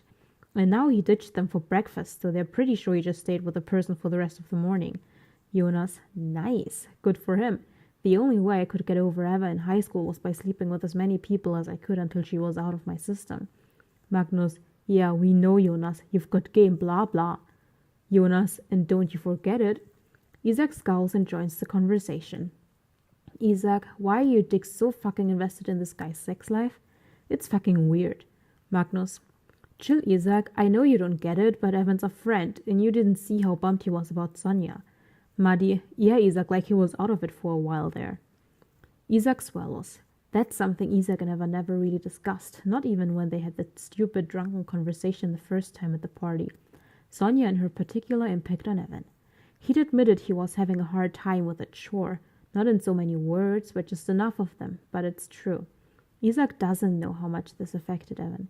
He found the Evan after the fact, the flirty Evan, the one with the smirks and the lips and the kissing and the good times, and now the near vulnerable one, the one Isak managed to make insecure about his illness, because he's the world's biggest fucking asshole. That's the Evan Isak knows, and now he's curious to know about the Evan he missed out on, the Evan during the Sonia period. Magnus, we kept insisting he find a rebound, and then finally, at the party he found one, and since then Yusuf says he's been a lot better. Jonas, or at least that he stopped walking into Yusuf's room at midnight and talking about his feelings. Magnus, like Yusuf minded, eye roll emoji. Maddie, Elise is gonna keep me updated once they get home, but they're all pretty lit about this. They're discussing if maybe this'll turn into something serious. Oh God, no, never, that's not happening. They really shouldn't be getting their hopes up. He exits the group conversation, lets the notifications go untouched, and opens Evan's conversation instead. Isak, my intel says the guys were deaf onto us. They think you're getting serious with the person you're sleeping with. Fix it. Evan, sir, yes, sir. Maybe I'll just tell them I had a random girl over. Isak, they think it's the same one from the party. Evan, then I'll say it's not. We're fine, Isak. You're probably not even a viable option in any of their minds right now. Isak, yeah, they know I have better taste. Evan, than me? Impossible. You should be so lucky. Isak, I'm already sleeping with you. Evan, and you're welcome for that. Isak, your dick is not a gift. Evan, it's a little bit of a gift. Isak smiles despite himself. Isak, a little bit. Evan, ha, I knew it. Guess your dick is okay too. Isak, my dick is better than all other dicks you've ever seen. Evan, I mean, you could definitely make an argument for it. So I have to say your dick definitely looks better now that I know you're not a complete dick. Isak, how much better? Evan, enough. Isak bites his lip and rolls his eyes, exiting the conversation and tuning back into the boys' group chat. There was some more talk about Evan and his possible new partner, and then Magnus geared into Thomas somehow, and now they're yelling for Isak to reply. He frowns and scrolls up a bit, only to find that they somehow brought Julian up again. And Jesus Christ, why are they like this? Magnus, seriously, Isak, answer us. Are you seeing Julian at work today? Isak, I called in sick. Maddie, what? Magnus, what? Jonas, what? Isak, I feel sick, shut up. Jonas, do you want me to bring you anything? Isak, no, Jonas, I'm fine, I just need to sleep it off. Jonas, let me know if you do, I'll be around. Magnus, why are you never this nice to me when I'm sick? Jonas, because you're a baby when you're sick, and we live together. I don't need you to get me sick too. Maddie, no sweat, Max, I'll take care of you next time you're sick. Magnus, heart emoji. Isak locks his phone. His friends are all ridiculous, all of them, every single one of them. He purses his lips to keep from smiling. Good thing he likes them well enough. Isak fights with the doorknob again, but weirdly enough it's not that long of a fight. Sure. His back still hits the wall once he manages to pull the key out of the knob inside, but it doesn't hurt as much as it usually does. Though that might be because he hasn't slept and he's losing all of his necessary senses as he kind of floats through the morning. So maybe it's not something that should really be looked into. He closes the door behind him and closes his eyes, sighing tiredly. Yeah, he thinks maybe he can sleep now. And without the stress of work, he can probably stay all day in bed without remorse. It's a good day, he decides, and it's only 10 in the morning. Hey, Eva calls out from behind the kitchen. Is it you, Isak? Isak scoffs, takes off his shoes. Have you given someone else a key? Eva walks out from where she was presumably sitting at the kitchen table, looking confused. I thought you were supposed to be at work? Isak shrugs, too tired to be anxious. I called in sick, he admits. I'm just feeling sick. Eva's expression turns into a concerned one. Shit, are you okay? She makes her way closer to Isak. You've never called in sick since you've started working there. Isak called in sick? Someone calls out from the kitchen table and Isak turns towards the voice, confused. Is that Chris? Eva nods. The girls are over, she tells him. Wilda needs help with some wedding seating arrangements. Eva leads him towards the table where Wilda, Chris and Sana are sitting around it. Piles of paper and a huge board filled with different colored pins is laid out. Oh, Isak blinks at it. That sounds fun. Wilda huffs. My boss decided I needed more responsibility, she explains, so she gave me the seating arrangement this time around, but I'm pretty sure she only gave it to me because it's impossible, she growls at the board in front of her. Honestly, does everyone in this woman's family hate each other? Hey, we've managed to seat an entire table, Chris points out proudly, pointing at a table filled with orange pins, which we'll probably have to rearrange anyway if we want to get them all right. Wilda sighs so loudly. This is too much pressure. Sana reaches out to wrap Vilda's arm confidently. Calm down, she tells her. If anyone can find a way to make this work, it's you. You're going to show your bitch boss you can do this. And what's more, you can do it better than she ever could, considering she couldn't even do it at all. Vilda looks at Sana gratefully. You're right, she nods. I can do this. Eva sits back down at the table. That's the spirit, she pipes up, then looks back up at Isak. Oh, do you need me to make you some soup? Isak shakes his head, completely exhausted by the conversation happening before him. The girls are always chatting far too quickly for Isak to keep up, though to be fair, he thinks he does the same thing with his friends, so he can't really judge, but it's still tiring to try and be a part of their conversation. Oh, Isak, you're really sick? Vilda frowns at him. Chris said you might have been faking to get out of work. I said that before I saw you, Chris says. You really do look like crap. Isak looks at her. I liked you better when you wanted to sleep with me. Chris nods. This ship has sailed, my friend, she tells him. I've moved on to bigger and better waters. Isak grimaces and doesn't remind her he's gay and it's technically his ship that sailed, if only because he likes Chris well enough not to kill her trip. Anyway, I'm going to just go grab a water in the kitchen and head to bed, he yawns. You girls have fun with whatever this is again. Thank you, Vilda says, looking back at a list on her hands, though I doubt we will. Isak rolls his eyes. Good luck then. Vilda looks up and beeps at Isak. Thank you, Isak, she repeats, that we will need a lot of. Isak huffs a small laugh before turning around and walking towards the kitchen, dragging his feet in the process. He's trying not to think about the sex he had with Evan earlier, the 2 times, that is, and their differences, but he can't help it. They'd both been so good in completely different ways, and now he thinks he's far more excited for them to see each other, if only because this has probably marked an entirely new era for their sexual experience. And it helps, thinking about it. Makes him even more tired, as sore and mouth dry. He opens the fridge and pulls out a water bottle, and when he turns around he jumps, startled at the sight of an unamused Sana, arms crossed over her chest and staring at him. You can't do that, Isak insists. I'm running on no sleep. Sana ignores this. I need to know what you know about this Nora girl, she tells him, and oh, Sana's aware of this too, huh? Isak really shouldn't be surprised. Eva can hardly ever keep her mouth shut when it comes to people she likes, especially not to her best friends. Isak scratches at the back of his head. Honestly, Sana, not much, he admits. I know that she's been over way too much and that she and Eva have been practically inseparable. And Eva's graduated to cuddling with her and lying about what she can do in order to spend time with her. Sana looks at Isak pensively for a moment before offering him a tight nod. That's all I know too, she admits, and I'm a little worried about her getting so close to a straight girl with a boyfriend. Isak throws his hands up in the air. Thank you, he says. I've been telling her this from the beginning, Sana, but she won't listen to me. I can see why, Sana tells him, and Isak blinks offended. Rude. You know I don't mean any offense, Isak, she says, and yes, Isak does know. But she's not exactly keen on following any romantic advice you have to give her. Well, maybe she'll listen to you. Sana shakes her head. She'll try, but she won't take it seriously from me. Write me off as someone with little to no experience with romance. Isak frowns. That's unfair. Sana shrugs.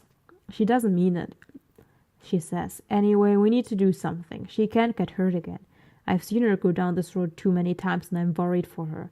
Isak nods his assent. I know, he sighs. A couple of days ago I decided to start and try to gather intel on Nora, he confesses. Just to see if she's not, one of those girls who preys off the attention of other girls just because they're starved for it. I've watched all of the documentaries, he insists. They're out there. They exist. Sana's lips twitch. I mean, we can't discount it, she tells him. And Isak feels proud. Work that angle, I guess. I mean, in the meantime, I'm going to try my best to keep her busy, to try to wean her off this girl slowly. But you'll text me if anything major happens? Isak nods. Yeah, I can keep you updated. Sana smiles. Okay, she walks over to the pantry and grabs the kettle. I told her I was in here to make tea, she explains when she sees Isak's questioning look. It'll look a little strange if I don't walk out with a cup. Fair, he tilts his head in acknowledgement. I'm gonna, he pauses. Hey, Sana. Sana hums, readying the kettle. Do you know Evan, right? Sana raises an eyebrow and glances at Isak, actually looking surprised. You know I know Evan, she points out, furrowing her brows. Isak admits that was a stupid way to start a conversation. As far as Isak knows, Sana's known Evan as long as Elias and Yusuf, which is far longer than anyone in their circle. And we all know he's the guy you fought with over the fluctuations of your voices during a conversation. Well, that one's actually not very far off. No, he tells her anyway, and Sana shrugs. Do you... The guys have been weirdly interested in his sex life lately, he explains, and Sana snorts, but when she does it, it's really delicate, like she's just laughing. It's mesmerizing. Yeah, I know, she tells him, turning on the stove. Elias has been talking about it non-stop. I think they're just ready for him to move on. Lisa clears his throat. Yeah, that's what I was. His ex-girlfriend dumped him for some other guy, right? Sana nods. Yeah, it was pretty bad actually, she says. It was out of nowhere, and Sonia just admitted she'd been emotionally cheating. Or something, and it was over in 5 minutes. The guys were really there for him, though, she adds. I think that's what helped him to get through the first week. Isak nods as if he's trying to understand. So he didn't do anything wrong then. Sana looks at him. Isak, Evan's a really nice guy, she says. Maybe far too nice for his own good, really. He's very... Sana thinks for a second. Open. He cares a lot about most things, she tells him. He's always been there for my brother, for Yusuf, for Musa. It's why they'd do pretty much anything for him, she sighs. Even if that's getting ridiculously involved in his love life in order to help him move on from a girlfriend they never really liked in the first place. Isak licks his lips, then clears his throat. Why didn't they like her? Sana shrugs one shoulder. I don't know, she admits. They liked her fine at first, but throughout the years I caught them having bitter conversations about her. Never knew why, though. They kept pretty hushed about it around me. Isak nods. Ah. Sana leans against the counter as the kettle heats and crosses her arms over her chest. Why are you suddenly so curious about Sonia? He's curious about Evan, if she must know, but it's better that she thinks it's about his ex in order to get him off the hook a lot easier. No, I saw her at the grocery store. He lies lamely. She just made me wonder. Sana eyes him for a moment. Did she look happy? Isak shrugs. Couldn't tell. I hope she's happy, she says. After what she put Evan through for her sake, she'd better be. Isak licks his lips. So that bad, huh? Sana's expression softens. He loved her, Isak, she says. I don't know if you know what a broken heart feels like, but this was 5 years worth of it. Isak knows. He's aware of what it's like to feel like your heart's broken in two, maybe 1,000 pieces, to feel like your trust has been betrayed, like you're never going to crawl out of the darkness again, like your life is suddenly the most intense, largest wildfire, burning down anything good and necessary in its path, like it's taking away everything you need to breathe, to function, leaving behind nothing but a wasteland, and no matter how much you try to put it out, it just keeps spreading and taking, and you never catch up to it. He knows what it feels like to not be in control of when the heartbreak ends, no matter how many things you break, no matter how many tears you shed, no matter how many steps you take towards what you think is the right direction. A heartbreak does not live inside you.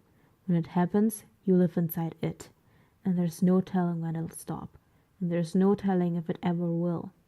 And sure, time can help. Time heals all wounds, but they never tell you about the scars it leaves behind. Isak is suddenly somber. He knows. Evan said 5 years worth of heartbreak. Isak said an entire lifetime. He wonders if Evan's is as good as Isak at hiding it so far inside him it's almost like it's not there anymore. He wonders if Evan's as good as Isak at pretending it doesn't hurt at night.